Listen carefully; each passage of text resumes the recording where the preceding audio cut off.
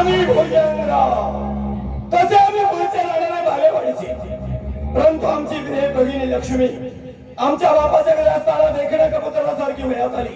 सारंगपूरचे गडगंज सावकार प्रतापराव पाटील यांनी मागणी घेतली तिच्यावर. लग्नाचा कार्यक्रम थाटामाटाने पार पडला. पहिल्या बोलावडीला बहिणीला बोलवायला आम्ही बालेवाडीहून सारंगपूर शहराला आलो, ते परत गेलोच नाही. आमचे दाजी फार प्रेमळ. दाजींनी सांगितलं भुजंगराव तुम्ही आलात ना परत जाऊच नका, काही काही नाही आपल्या इस्टेटीमध्ये. आमच्या दाजींच्या आग्रही स्वभावाला मान देऊन आम्ही कायमचेच इथे राहून गेलो. परंतु मनाला एक खेद रात्रंदिवस जाळतो आहे.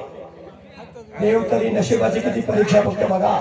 आमचे दाजी महिन्याच्या महिन्याला पंढरपूरची वारी करतात, तरी देवाने त्यांच्या नशिबाची परीक्षा घ्यायची ठरवली.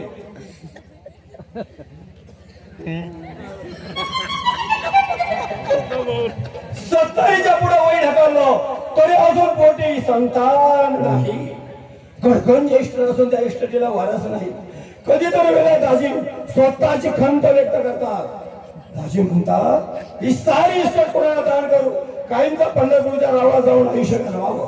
दाजींचा तो शब्द आम्ही ऐकला आणि आमच्या काळजाखाली स्वार्थ तयार झाला.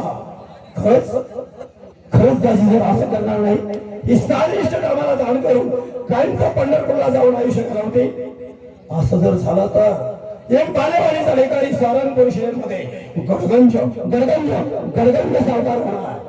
धनाच्या भांडाराला व्यवसायाने बसलेला भुजंगराव जसा धनाचं रक्षण करतो तसाच हा भुजंगराव स्वतःच्या बुद्धीमध्ये मुलगा घालून या संपत्तीचं रक्षण करतोय.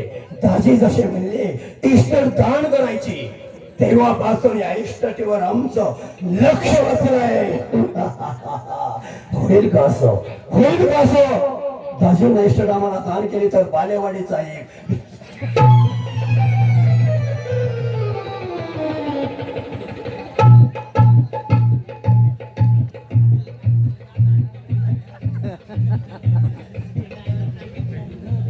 साधा माझा कधी आला होता सा झाला अर्धा तास.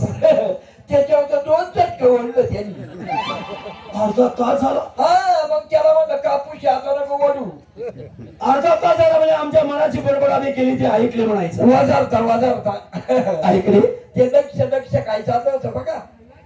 लक्ष हा गैरसमज झाला तुमचा. कसं काय? अरे बाबा सुई हरवली तर माणसाला हळहळ लागते. हा तुला माहित आहे हा 4 भाकरी खातो, खातोय स्वतःच्या जीवाची काळजी करतो मग आणि आपल्या 12 म्हशी मागे हिंडतो की नाही. हा आणि त्या 12 म्हशी मधली लक्ष्मी नावाची म्हैस मागल्या शिंगाची तिथे काय झालं? काय सांगू बाबा तुला, एवढी मोठी भारी म्हैस 12